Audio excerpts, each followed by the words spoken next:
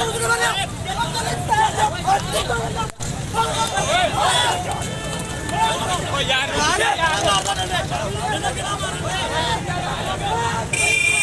Ghiền Mì Gõ